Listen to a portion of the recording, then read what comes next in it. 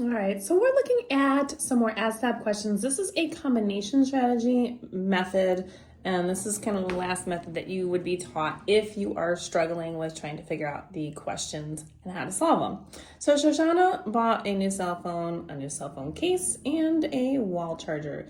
The cell phone costs $149.99, the case is $19.99, and the wall charger is $29.99. If tax on each of these items was 9.5%, which of the following is closest to the total that Shoshana spent? All right, so because that is the case, we're going to take a look at some estimating strategies. So let's take a look. The cell phone itself would be about $150. Again, we're not looking for exactness. That's not what they're asking us. So that, and then we have the case, which is $19.99. So we're just going to call that $20. And then we're going to also add the wall charger, which was $29.99.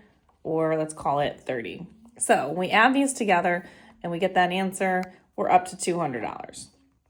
So that's without tax, all right? So we've got that. If we look at the choices that we have offered, well, it can't be A and it can't be B, because B is obviously exactly what it is without the tax on it. We need to know with the tax on it. So A and B are automatically out. So that's just a little bit of basic strategy.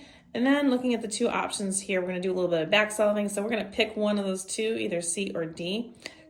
Doesn't really make a difference, but I am just going to do some more estimating. So we are told that the tax on it is 9.5.